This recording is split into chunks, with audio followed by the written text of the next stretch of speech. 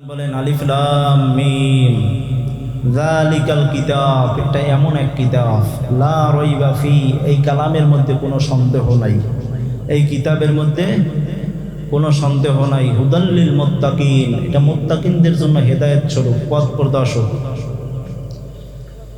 হাদিসের মধ্যে পয়গম্বরে আরবি সাল্লাল্লাহু আলাইহি ওয়াসাল্লাম বলেন আহাব্বুল আ'মালি ইলাল্লাহি আদওয়ামুহা ওয়া ইন কাল্লা, ওই আমল আল্লাহর কাছে বেশি দামি যেই আমলটা সব সময় করা হয়, যদিও আমলটা ছোট। আমল অনেক ছোট, সব সময় করার কারণে এই আমলটা আল্লাহর কাছে অনেক অনেক দামি হয়ে যায়।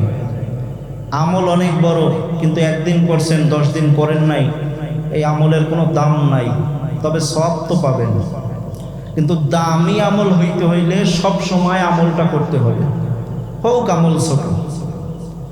এজন্যই আল্লাহর নবী সাল্লাল্লাহু আলাইহি ওয়াসাল্লাম মেরাজ থেকে আয়েশা ডাক দিছেন, আইনা বেলাল, বেলাল কোথায়?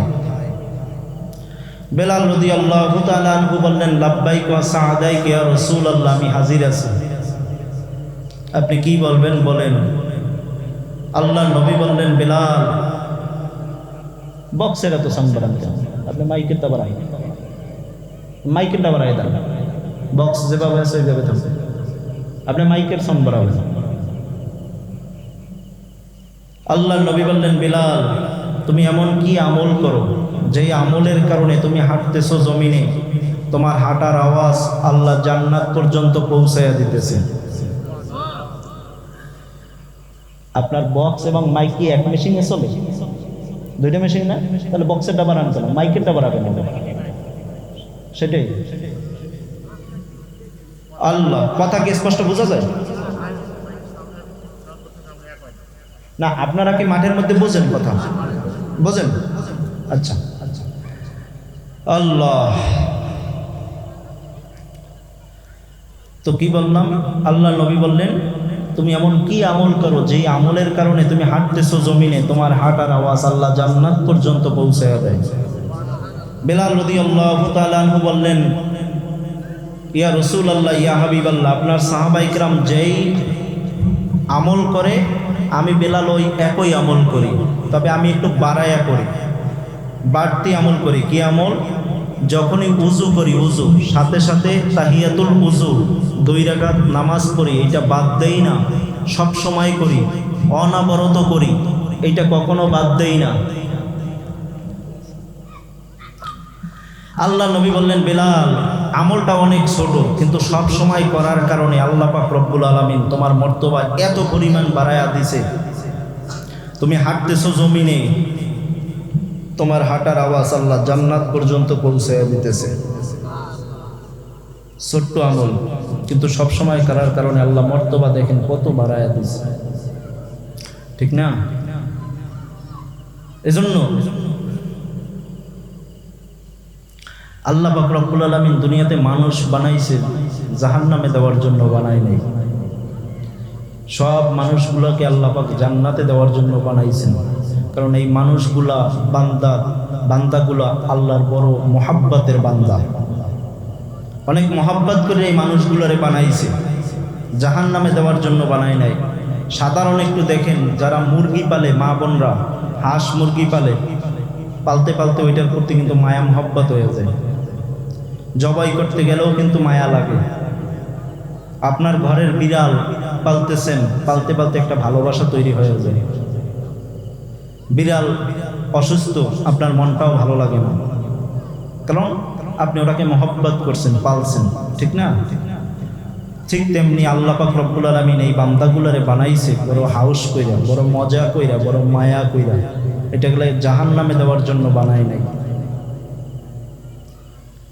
পয়গম্বর হযরতে নূহ আলাইহিস সালাতু ওয়াস সালাম 950 বছর অথবা কম বেশি দাওয়াত দিছে। দাওয়াত দেওয়ার পরে তার দাওয়াত কেউ গ্রহণ করে না, মাত্র 40 জন অথবা 80 জন মানুষ ছাড়া কেউ তার দাওয়াত মানে না, তাকে নবী বলে মানে না।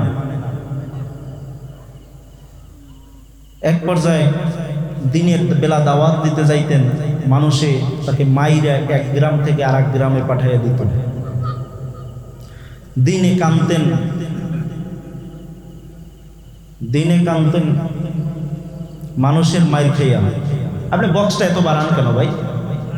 বক্স কমায় দেন, বক্স হালকা কমায় দেন। দিনে কানতেন মানুষের মায়ের খেয়া, রাতে কানতেন আল্লাহর ইবাদত কইরা। এই জন্য আল্লাহ পাক রব্বুল আলামিন তাকে নুহু নামে ডাক না দিয়া, মানে আব্দুল গফফার নামে ডাক না দিয়া নুহু নামে ডাক দিয়েছে। পয়গম্বরের আসল নাম হলো আব্দুল গফফার, কিন্তু আব্দুল গফফার নামে ডাক না দিয়া নুহু নামে ডাক দিয়েছে। কারণ নুহু শব্দের অর্থ হলো ক্রন্দনকারী, কান্না করা। এই জন্য নুহু নামে ডাক দিয়েছে। এই নুহু আলাইহিস সালাম দেখে কোনো মানুষ তার কালেমা পড়ে না। এক পর্যায়ে অতিষ্ঠ হইয়া আল্লাহর কাছে বরদোয়া দিলেন যে আল্লাহ, তুমি এই জাতিকে ধ্বংস করে দাও। আল্লাহ পাক রব্বুল আলামিন বললেন, পয়গম্বর, অচিরেই আমি প্লাবন দিব, প্লাবন দিয়ে এই জাতিকে ধ্বংস করে দিব। আপনারা জানেন মূল ঘটনা বলা উদ্দেশ্য না, আমার বোঝানোটা উদ্দেশ্য। পয়গম্বর নূহ আলাইহিস সালাতু ওয়াস সালাম 950 বছর দাওয়াত দিয়া যখন পাই নাই, যখন আল্লাহর কাছে বরদোয়া দিলেন, আল্লাহ তুমি এই জাতিকে ধ্বংস করে দাও, আল্লাহ পাক রব্বুল আলামিন সাথে সাথে প্লাবন দিয়া ওই জাতিকে ধ্বংস করে দিলেন। প্লাবন থামার পরে আল্লাহ পাক রব্বুল আলামিন ডাক দিয়া বললেন, পয়গম্বর, আপনি মাটির বাসন বানান, মাটির প্লেট বানান, মাটির বর্তন বানান। কোনো কেন টেন প্রশ্ন করে নাই, বানানো শুরু করলেন। মাসকে মাস বসে, বছরকে বছর বসে মাটির বাসন বানাইলেন। হাজার হাজার লক্ষ লক্ষ মাটির বাসন বানাইলেন। হঠাৎ আল্লাহ পাক রব্বুল আলামিন ডাক দিয়া বললেন, পয়গম্বর, এই মাটির বাসনগুলোকে আপনি ভেঙে ফেলেন। বলার সাথে সাথে পয়গম্বর বললেন, আল্লাহ, নিজের হাতে বানাইছি, বড় মায়া লাগে যে। নিজের হাতে বানাইছি, ভাঙতে মায়া লাগে যে। আল্লাহ পাক রব্বুল আলামিন বললেন, পয়গম্বর, মাটির বাসন ভাঙতে বলছি, আপনার মায়া লাগতেছে।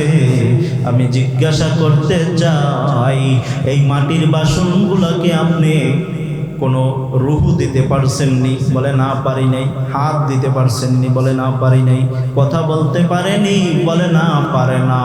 এইগুলা হাঁটতে পারেনি? বলে না পারে না। এর কোনো জীবন আসেনি? বলে না, জীবন নাই।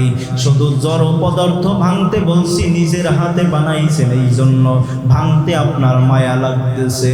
ও পয়গম্বর, আমি জিজ্ঞাসা করতে চাই, যেদিন আপনি বরদোয়া দিয়েছিলেন, আল্লাহ তুমি এই জাতিকে ধ্বংস করে দাও, এই মানুষগুলোকে তুমি ধ্বংস করে দাও, আমি জিজ্ঞাসা করতে চাই, ওই মানুষগুলারে কে বানাইছিল? ও পয়গম্বর, সেদিন আমি আল্লাহর কি মোটেও মায়া লাগে নাই? কারণ আমি আদর করে, বড় শখ করে, বড় মায়া করে এই বান্দাগুলোকে বানাইছি। এই বান্দা আমার খুব মহব্বতের বান্দা, আমার খুব কাছের বান্দা। ফেরেশতারা নিষেধ করেছিল, কিন্তু না না, আমি ফেরেশতাদের কথা শুনি নাই। ফেরেশতারা বলছিল, আল্লাহ, আমরাই তো তোমার ইবাদত করি, আবার দুনিয়াতে ভিন্ন এক জাতির কি দরকার? আমি ফেরেশতাদের কথা শুনি নাই। ফেরেশতারা বলছিল, আমরাই তো তোমার সিজদা দেই, আমরাই তো তোমার গুণকীর্তন করি, দুনিয়ার মধ্যে ভিন্ন আর একটা জাতির কি দরকার? আমি ফেরেশতাদের কথা শুনি নাই রে পয়গম্বর।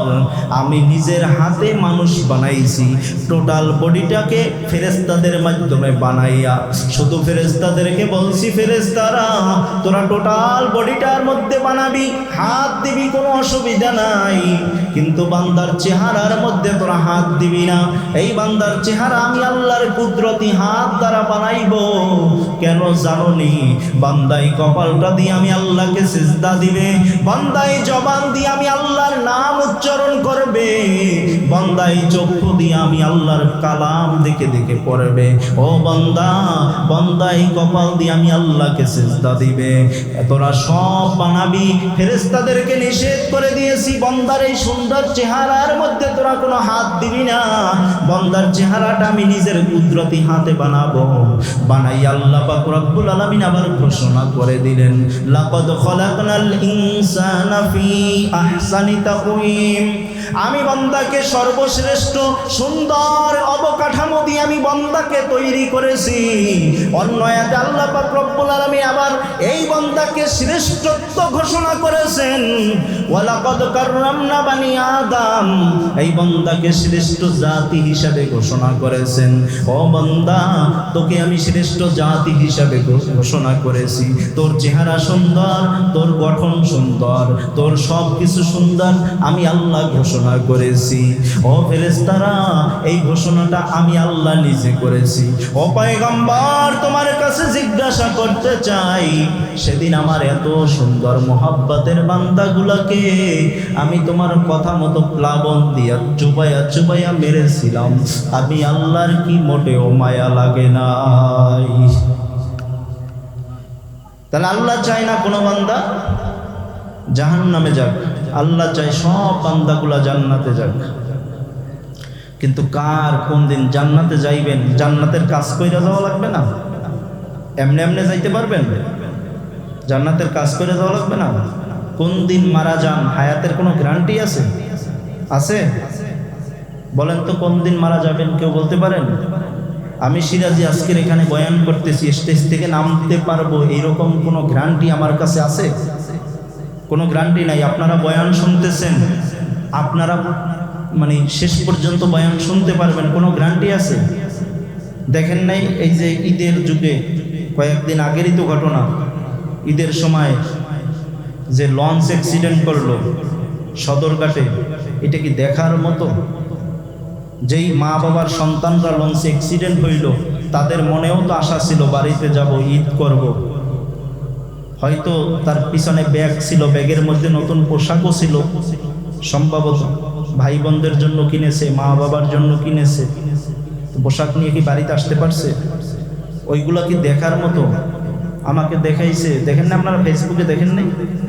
আমি বাড়িতে গেছি, আমার এক বন্ধুর মসজিদে গেছি, মাওলানা ইদ্রিসুর রহমান হাফিজাহুল্লাহ। ওই বন্ধুর মসজিদে বসার পরে বলছে, মাওলানা লঞ্চের ঘটনাটা কি দেখছেন? আমি বললাম না, দেখিনি। একটু দেখেন। উনি ওনার মোবাইলে সেভ করা ছিল ভিডিও, ওই ভিডিওটা দেখাইলো মসজিদে বসে। আমি দেখে নিজের চোখের পানি ধরে রাখতে পারি নাই। মনে মনে চিন্তা করলাম, ওরে মন, এই সন্তানগুলাও তো কত আশা নিয়ে বাড়িতে আসতে চাইছিল, এই সন্তানগুলাও তো মা বাবার সাথে ঈদ করবে এরকম একটা আশা ছিল। মা বাবাও বাড়ির মানে পথের দিকে তাকায় আসছিল যে সন্তান আসবে, একসাথে ঈদ করবে, ঠিক না? এজন্যই তো কবি বলেন, বিদেশি বিরাজ্যে যার পুত্র মারা যায়, পশু পাখি না জানিতে আগে জানে জনম দুঃখী মায়। বিদেশে দূরে সন্তানের একটু অসুবিধা হয়েছে, দেখবেন মায়ের কলিজায় টান মেরে যায়, আমার সোনা পাখির না যেন কি হয়েছে, আমার বাচ্চা ধনের যেন কি না হয়েছে, আমার আদরের সন্তানের জন্য কি হয়েছে, ঠিক না? এজন্য কোন দিন মারা যাবেন কোনো গ্যারান্টি আছে বাবা? এজন্য ওয়াজ শুনতে শুনতে আমরা তো আজকের মানে একাধিকবার বহু বছর ধরে ওয়াজ শুনতেছি, কিন্তু পরিবর্তন নাই। ওয়াজ করা আমাদের বক্তাদের এখন পেশা, আর আপনারা যারা শ্রোতা আছেন, আপনাদের ওয়াজ শোনা হয়ে গেছে নেশা। এই নেশা আর পেশা এক জায়গায় হইলে ফলাফল জিরো। এজন্য ওয়াজ শুনবেন, এইটাই আমার জীবনের শেষ ওয়াজ, এখান থেকে আমি কিছু শিক্ষা নেব। ওয়াজের প্যান্ডেলে বসবেন তো ন্যায় করে বসবেন যে এইটাই আমার জীবনের শেষ বয়ান, আর কোনো বয়ান নাই। যদি শুনি নফল হিসাবে শুনব, কিন্তু নিজের জীবন ধ্বংস করিয়েন না। বালিশের সাথে মাথা দিয়ে চিন্তা করিয়েন সিরাজে কি বইলা গেল। আবার আগামী বছর দাওয়াত দিবেন আমাকে, এই জন্য আমি কথাগুলো বলতেছি না। এই মাঠে প্রায় কত 5 বছর মনে হয়, 5 বছর বয়ান করতেছি মাঠে। আবার আগামী বছর দাওয়াত দিবেন, এজন্য কথা বলতেছি না। আল্লাহর কসম, আল্লাহর কসম, নিজের জীবনকে পরিবর্তন করেন। বালিশের সাথে মাথা দিয়ে চিন্তা করিয়েন যে জীবনে কত গুনাহ করেছেন। দেখবেন একা একা যখন নিরিবিলি হবেন, তখন গুনার কথা মনে পড়বে। কত জায়গায় অন্যায় করেছেন, কত গুনাহ করেছেন, তখন আল্লাহর কাছে তওবা করিয়েন। অতিও গভীর হয় রজনী যখন, নীরবে প্রভুর নাম ডাকিও তখন। প্রভুর করুণা যদি পাইবারে যাও, গভীর রজনীতে উঠে আমার প্রভুর নাম লও। গভীর রাতে আল্লাহর কাছে ক্ষমা চাইবেন, গভীর রাতে আল্লাহর কাছে বলবেন দুনিয়ার জমিনে আপনার আপন বলতে কেউ নেই, সবাই স্বার্থের জন্য আপন।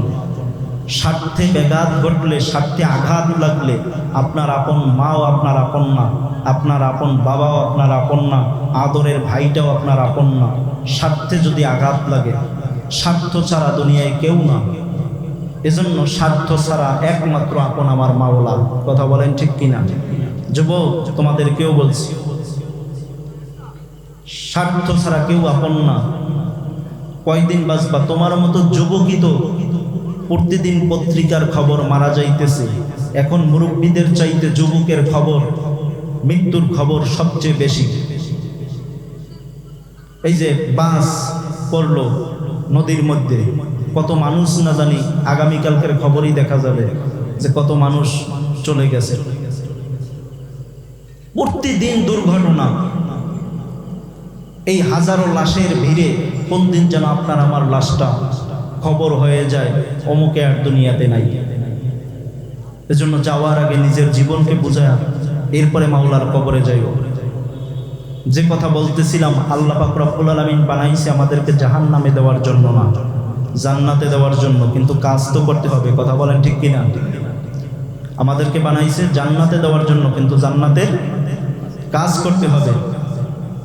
যেন আল্লাহ পাক রব্বুল আলামিন বলেন যালিকাল কিতাব, এটা এমন এক কিতাব, লা রাইবা ফি, এই কালামের মধ্যে কোনো সন্দেহ নাই। হুদাল্লিল মুত্তাকিন, এটা মুত্তাকিনদের জন্য পথ প্রদর্শক, হেদায়েত স্বরূপ। এই কালাম ধরলেও বরকত, সইলেও বরকত। কথা বলেন ঠিক কিনা? কেমন এক দামি কোরআন পাইছি, কেমন এক দামি নবী পাইছি। সব নবীদেরকে যদি এক পালায় দেন, আমার নবীর সমতুল্য হবে? হবে? হবে না।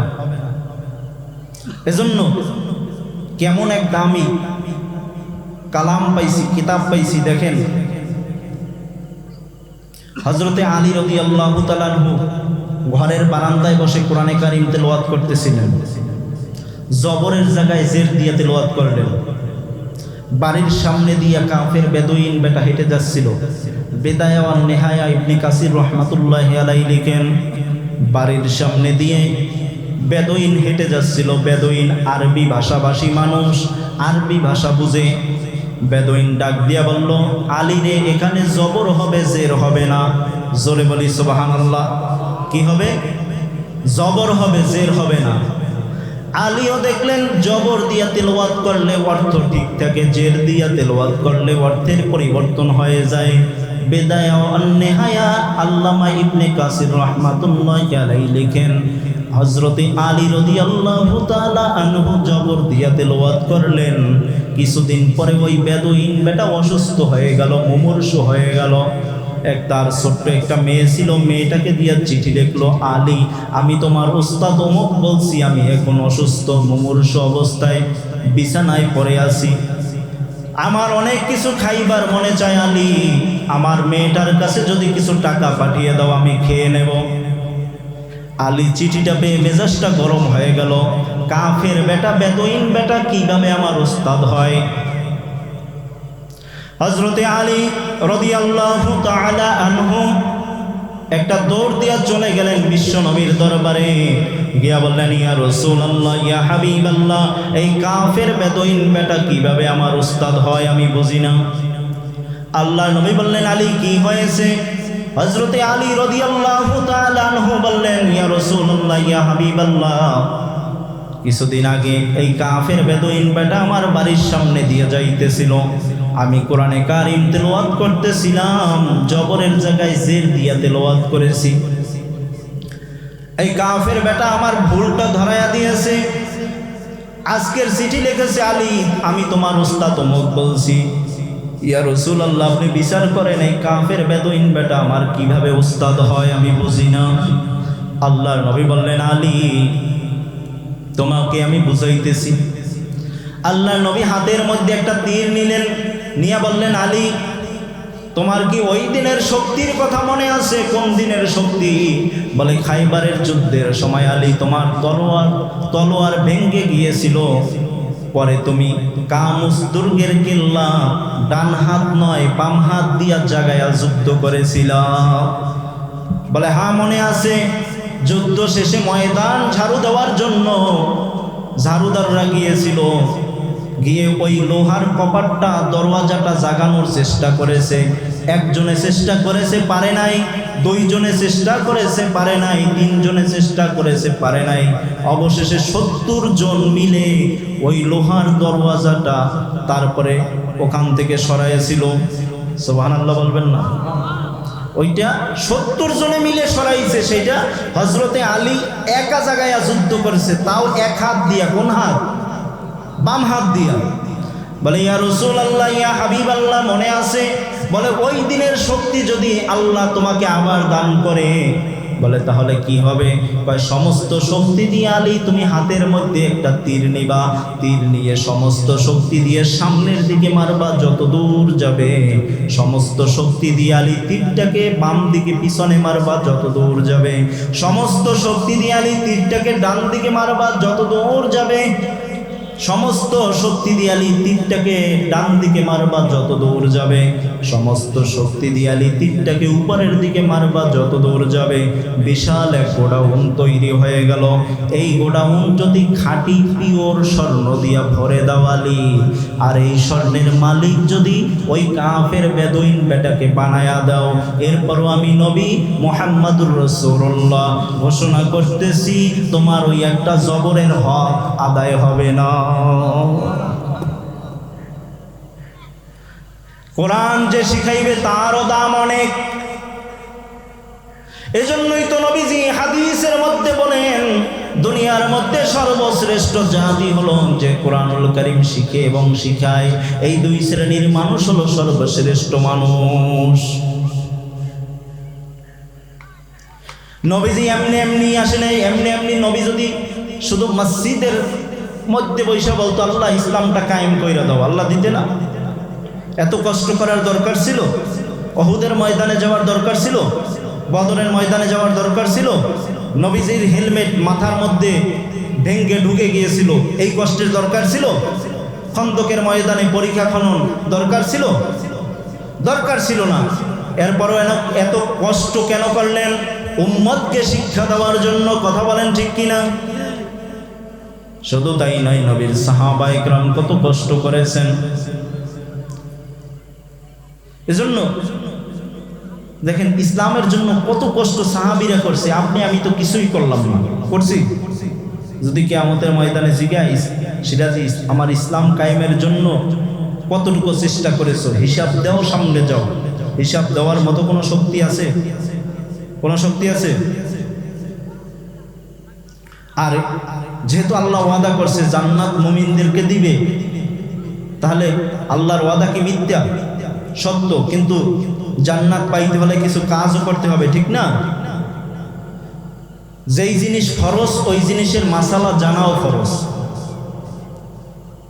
আপনি মাসালা জানেন না, নামাজ পড়ছেন, হবে? মানে মাসালা জানেন না, নামাজটা মনে করেন আপনি ঠিক দ্বিপ্রহর, যেখানে যখন দুপুরের সময়, যেই সময় হারাম, দ্বিপ্রহর ওই সময় পড়লেন, নামাজ তো সব হবে? হবে না। সূর্য অস্ত যাইতেছে, এই মুহূর্তে নামাজ পড়ছেন, হবে? সূর্য উঠতেছে, এই মুহূর্তে নামাজ পড়ছেন, হবে নামাজ? রোজা রাখা সব, ঈদের দিন রাখলেন, হবে? এজন্য যেই জিনিস ফরজ ওই জিনিসের মাসালা জানাও ফরজ। তাহলে নামাজের মাসালা জানা লাগবে না? না জানলে তো বিপদ। এক বুজুর্গ আলেমের কাছে আইসা, জুনাইদ বাগদাদির কাছে আইসা, এক ইবলিস সাজাইয়ে গোছাই, ইবলিসের কামিজ 24 ঘন্টা ধোকা দেওয়া। এখানে বসছেন না, এখন ইবলিসে খোঁচাইতেছে, ওঠ বেটা ওঠ, যাই খোঁচাইতেছে। কারণ ইবলিসের কাজই হলো 24 ঘন্টা আপনাকে ইবাদত থেকে দূরে সরায় রাখা। তো জুনাইদ বাগদাদির কাছে আইসা ওই শয়তান ইবলিস চিন্তা করছে বনি আদমরে একটু ধোকা দিয়ে আসি। তো কোথা থেকে একটা সুন্দর একটা সাদা পোশাক কইরা জোনায়েদ বাগদাদির ঘরের সামনে আইসা বলতেছে, জোনায়েদ বাগদাদি আছেন? জোনায়েদ বাগদাদি আছেন? বলে কে? আমি আপনার আল্লাহ। নাউজুবিল্লাহ বলবেন না, আমি আপনার আল্লাহ। কেন আসছেন আল্লাহ? আমি আসসালাম চতুর্থ আসমান একটু দেখার জন্য, ফোকাস দেওয়ার জন্য। তা আপনার ইবাদতে খুশি হইয়া থাকতে পারিনি, আপনারা নিতে আসছি। তো জোনায়েদ বাগদাদি তো আলেম মানুষ। জোনায়েদ বাগদাদিকে, আল্লাহ তা আপনি ওখানে দাঁড়ান, আমি আসতেছি। জোনায়েদ বাগদাদি বুঝছে যে যেই নবীরে না বানাইলে আল্লাহ দুনিয়ায় কিচ্ছু বানাইতেন না, ওই নবীরে নিতে আল্লাহ নিজে আসে নাই, জিব্রাইলে পাঠাইয়া দিয়েছে। জোনায়েদ বাগদাদির এলেতে আল্লাহ নিজে আসবে। তো হাতের মধ্যে একটা লাঠি নিয়ে বাইরেছে, বাইরে ইচ্ছা মতো বাইরেছে, আল্লাহ জন্মের মতো পিটাইলাম আপনারে। তখন পিটান টিটান খাইয়া ইবলিস চিন্তা করছে যে পিটান তো খাইছি,